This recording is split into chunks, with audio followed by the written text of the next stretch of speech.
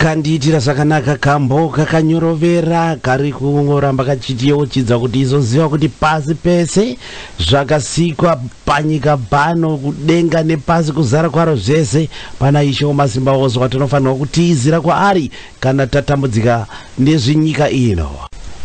Pachirongwa chipasina nyochi mukati mezuva ranhasi zuva rechishanu ndiri kutaura zangu namai Tapambwa, mai Rugare Tapambwa, vanhu vamudzimai wamukomana meni Tapambwa, bhezi muchitungwiza muchiitawo gospel artist.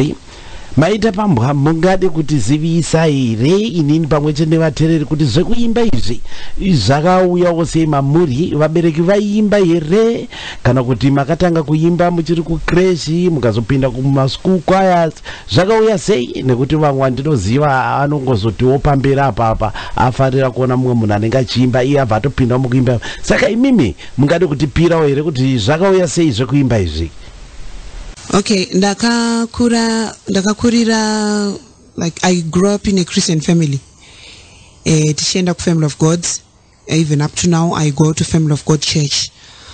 Saka tiri ku church ikoko ndaifara chose pandaiona Jonathan and Shuvai Utaonashe and the family singers vachiimba. Saka ndaizvitevedzera kubva ndiri ku Sunday school.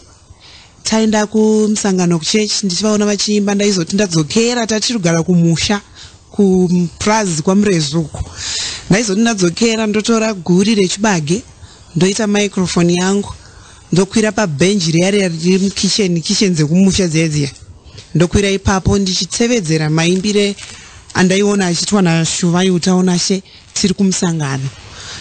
Saka vanhu vaizoti manheru zviya takatandara zvonzi chimbotiimbira, ndokwira pabenji papo ndichiimba, vanhu vakagara vachinditarisa. Asi ndaimba zvakanaka, chipo changa chitorimo. Saka ndakatanga kuimba ku Sunday school, ndikazopindawo youth choirs kuchechi ikoko, ndikapinda mu praise and worship team, ndikatanga kurekodhawo kukomboza masongs angu. Andainointroducer kuchurch tichaimba muchurch ku praise and worship, tichaimba nemakwaya. Then ndichikurawo ndaiona mamwewo musicians akaita sana amai Charles Charamba, Shingisai Suluma, Fungisai, vana Ivy Kombo, vese vavo ndaivaona ndichivaadmire ndichifarira zvavaiita because zvinhu zvandaiona kuti ndinokwanisawo kuzviita. Saka ndakazodecida kuenda kuchikoro chinoitwa nezvemusic kuti ndipefecte career yangu yemusic yandanda kuda kutanga.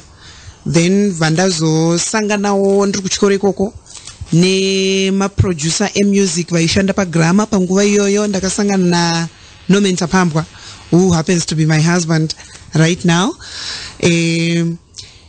Ndikamupa demo rangu randandaita kune imwe studio, akariteerera akafarira music yangu, ndikakwanisa kuwana contract kuGrama, ndikatanga kurekodha first album rangu muna 2006. Ndichizoramba ndichingorekodha kusvika parizvino nane album rangu rechi4. Mai Tapambwa, ndinodaira zvangu hamuna dambudziko rekuti ndimbotaurawo muimba wandinoda kuti nditaure nezvake, anonzi Naison Taylor Gomba, muimba anorova gospel, inzwaika anorova museve. Ndiye akarova kambo kanonzi Jerere Bindura. Ane kambo kakarova kanonzi nzvimbo dzinowana navanhu dzakasiyana siyana. Anzi vamwe vakawanana mumabhengi, vamwe vaifunda vese muklasi mumwe chete, vamwe vakasangana mukombi kana kudzikerekeko. Vanhu vanosangana kunzvimbo dzakasiyana siyana. Zvandazvitaurira kandezvekuti Mai Tapambwa vatiudza kuti maproducer ekuGrama akanga auya kuzoteerera mademo. Saka mukoma Nomeni, he was one of the producers kuGrama. Zvibva changotsva ipapo. Right, Mai Tapambwa, pane kambo kanonzi kana akati hongu. Tinoda kuti tirove kambo ikaka, mungade kuti mumbotitaurira here kuti zvakauya sei kuti muzobuda nekambo ikaka kanoti kana akati hongu? Kana akati hongu, hapana noti kwete, akakupa hapana notora akakuropafadza wakuropafadza zvedi zvakavimbisa anoita saizvozvo. Ndo song yandinoyanyofarira pama songs ese andakanyora andakaimba ari pama-albums 4 andataura nezvawo. Song iyi inotaura pamusoro pekuti pane ma-promises atakapiwa naJehovha, kuti atakavimbiswa naJehovha. Saka those promises are yes and amen to those who believe, kune vanotenda. Saka kana Jehovha vane chavakupa kana kuti vati hongu kune chimwe chinhu chaunga uchiti dai Jehovha mandipa ichi, Jehovha wati hongu, voti zvako mwana wangu, hapana anogona kuchitora.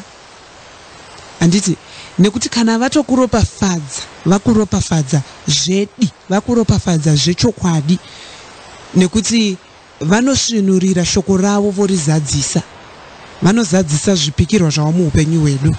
Iyi song iyi ndakainyora munin'ina wangu anga apinda mune situation yanga yaitirwadzei, asi Mwari vakarivhesa zvinhu zvisina kumira mushe zvikagadzirika, nekuti muvenga angauya neimwe nzira achida kuparadza, asi Jehovha vakazviratidza kuti kana indati hongu pamamiriro ezvinhu akadai, hapana anoti kwete. Kana ndakupa hapana anokutorera, kana ndakuropafadza ndakuropafadza zvechokwadi. Saka ndo message iri musong iyoyi. Magitara ayo akaridzwa zvakanaka, zvinonakidza nhova yaimbwa zvakanaka, saka yakabva yava the best song pama songs andaimba so far. Kana kati ho, kana not to quit.